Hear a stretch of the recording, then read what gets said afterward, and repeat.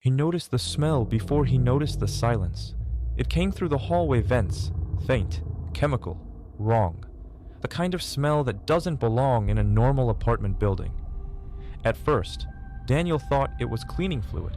Maybe someone spilled bleach, but the smell got stronger every night, and always at the same time, 2:37 a.m. He had moved into 4B 3 weeks earlier. Top floor, end of the hall. Concrete that kept the city out. He wanted quiet after the breakup, after months of short sleep and long arguments. Here, he could finally hear himself think.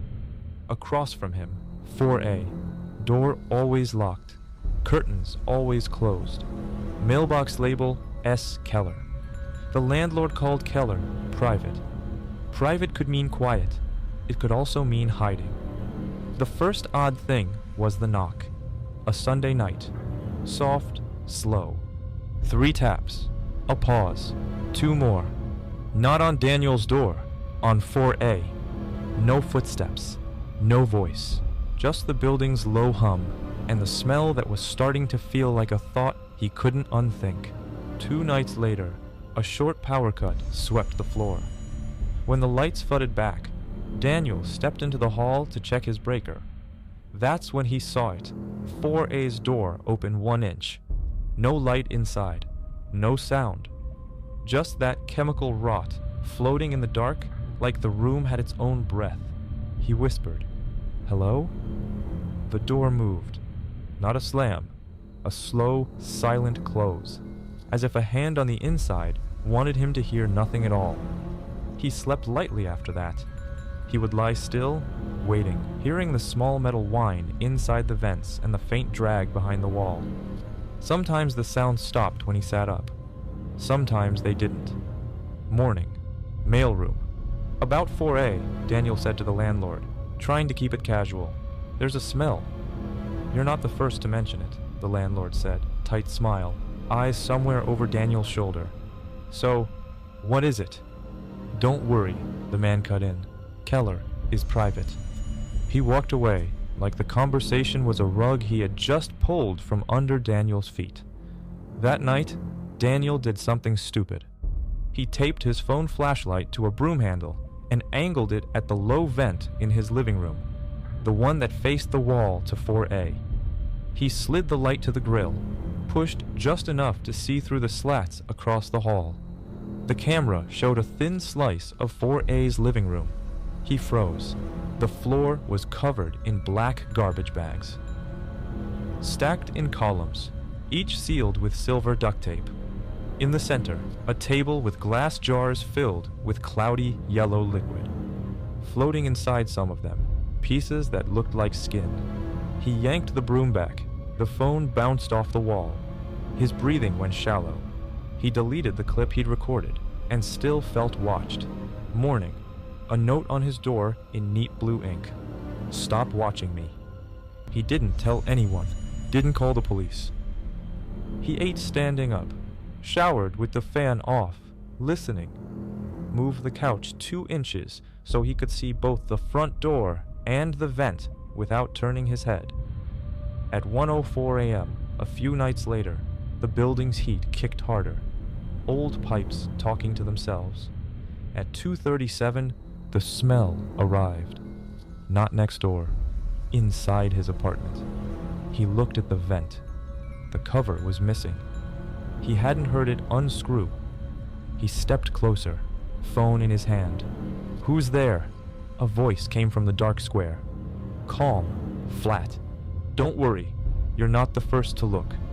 The vent metal shifted. He saw a pale hand reach, wet and patient. Daniel bolted.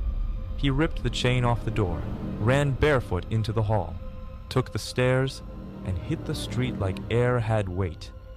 He called 911 from a gas station 2 blocks away because the apartment felt too close to his blood.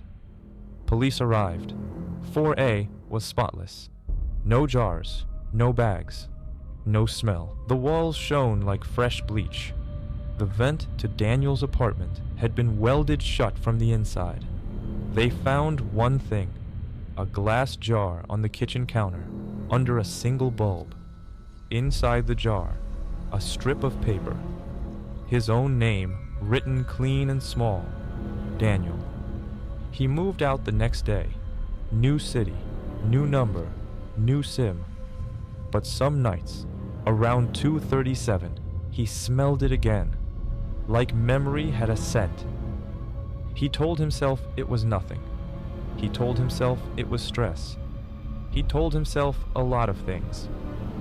Weeks later, Daniel's new place was different. Newer building, sealed windows, HVAC that sounded like wind in a throat. He chose 5C because it felt like a corner you could see, not a shadow you had to guess. Across the hall, 5B, a couple, judging by shoes. One small pair, one large. He heard laughter the first night. Quick, normal, human, good. He needed walls that didn't think. He bought new vents, metal ones with better screws, installed them himself, and stripped one screw head out of nerves. He taped a small hair across the vent seam, the way campers tape a thread to a tent flap, to know if it moves. He told himself he was being careful, not paranoid. He changed habits, left the TV on low, slept with a lamp pointed at the door, not his face. He wrote "Don't check the vent" on a sticky note and stuck it to the vent anyway. A Tuesday, 11:50 p.m. He was making tea he wouldn't drink when there was a soft knock at his door. He checked the peephole. A woman, late 20s, hair tucked into a hood. She waved awkwardly like people do when they feel watched. "Sorry," she said when he opened. "We're new in 5B. I'm Emma." "Daniel." She smiled, a real one. "Dumb question. Do you hear the building groan at night, or is it just us noticing?" "Old ducks," he said. "They have a life." "Great," she said. "One more thing with a life." She laughed, then glanced down the hall as if someone had whispered her name. "Anyway, sorry to bother you." He watched her go and felt a thin piece of normal slide under the door with the draft. He slept better. For a week. Then, at 2:37, his phone buzzed on the nightstand. Unknown number. Local. He almost let it ring out. He picked up. A voice, calm and flat. "Your new vents aren't as tight as you think." He sat up so fast his teeth hurt. "Who is this?" The line clicked dead. He stood in the hall light. He checked the vent. The hair he had taped across the seam was gone. He unscrewed the faceplate with hands that didn't feel like his and shone the phone light inside. Dust. Coil. A thin smear like someone's knuckle had brushed the aluminum. He didn't sleep. He climbed a chair and taped a tiny mirror at the angle where the duct bent. If anything moved, the mirror would show a flicker. He put a chair under the handle. He sat. He waited. At 3:12, the building creaked once like it remembered its age. At 3:44, someone in a unit above dropped something soft. At 4:09, his eyes blurred long enough to call it sleep. He woke to daylight and his own heartbeat like a knock on thin wood. The mirror showed nothing. The hair was still gone. He told himself he had to live like a person. He showered. He left for work. He came back before the sun fell, because dark had rules he did not like. Another week, he ran into Emma in the hall with a bag of oranges and a face that had less sleep on it. "Do you smell something sometimes?" she asked quietly. "Like chemical?"